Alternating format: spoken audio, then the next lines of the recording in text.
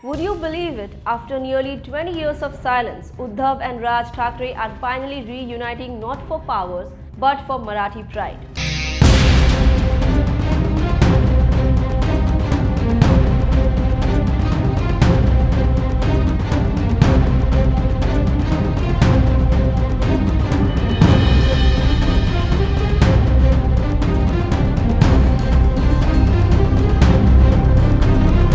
In today's video, we are diving deep into a moment that many in Maharashtra thought would never happen. Uddhav Thackeray and Raj Thackeray coming together. But why now? What's the real issue behind this joint protest? And how does this connect to their bitter fallout nearly 20 years ago? Hi, I'm Khatija and you're watching the Free Press Journal. Let's get started. Would you ever have imagined Uddhav and Raj Thackeray on the same side again? Not on opposing ends of a power struggle, but standing shoulder to shoulder for a common cause. Well, that's exactly what's happening right now in Maharashtra. After almost 2 decades of political rivalry, the Thackeray cousins are reuniting. Not for power, not for elections, at least not directly, but for the pride of the Marathi language. So what brought about his sudden alliance? Let's rewind. Now talking about the Flashpoint, Hindi as a third language. On April 16, the Maharashtra government decided to introduce Hindi as a mandatory third language from classes 1 to 5 in state board schools, including Marathi and English medium schools. This was under the centre's National Education Policy (NEP), which promotes a 3-language formula. But many regional leaders, parents and activists saw this as more than an academic change. To them, it was a cultural imposition, an attempt to sideline Marathi in its own home. Raj Thackeray, known for his aggressive Marathi identity politics, was the first to respond, calling for a Virat Morcha on July 6, marching from Girgaon Chowpatty to Azad Maidan. Meanwhile, Uddhav Thackeray backed a separate protest on July 7, initiated by academics like Deepak Pawar, also at Azad Maidan. 2 separate protests, same issue. But that didn't sit right with many people, including apparently the leaders themselves. So what happened next?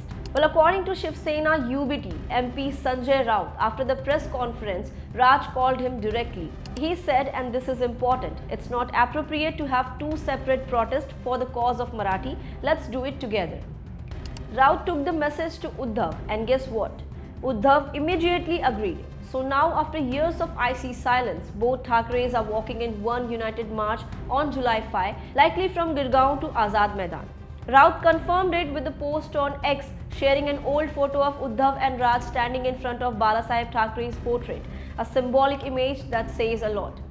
And MNS leader Sandeep Deshpande didn't hold back either, calling this protest Sanyukta Maharashtra Movement 2.0.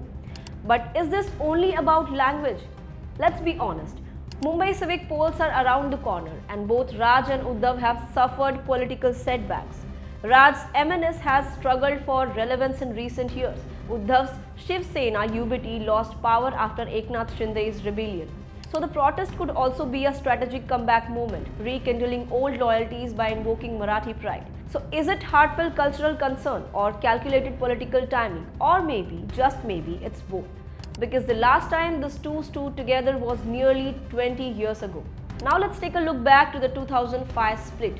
In the nearly 2000, both Uddhav and Raj were being groomed to take forward Bal Thackeray's Shiv Sena. Uddhav was quiet behind the scenes. Raj was fiery public-facing. Many thought Raj would be Balasaheb's natural successor. But in 2003, at Mahabaleshwar, Bal Thackeray named Uddhav as working president. That was the beginning of the end. Raj and his supporters felt sidelined. Tensions grew until November 27, 2005 when Raj Thackeray quit the party. He said in an emotional speech, "All I had asked for was respect. All I got was insult and humiliation." He didn't want to split the party, but the Maharashtra Navnirman Sena (MNS) was born in 2006. Since then, their paths diverged. Uddhav ran Shiv Sena, Raj ran MNS. Occasional jabs, competing rallies, and a family rift that never quite healed until now. So what's changed? Possibly everything, possibly nothing. But this joint protest is symbolically huge, especially for their followers who have long wanted unity.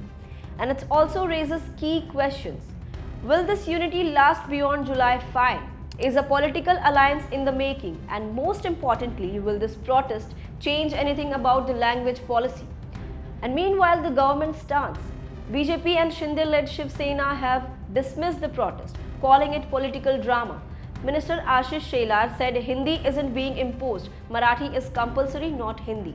Minister Yogesh Kadam added that students have the freedom to choose from 22 languages including Hindi, so there is no imposition.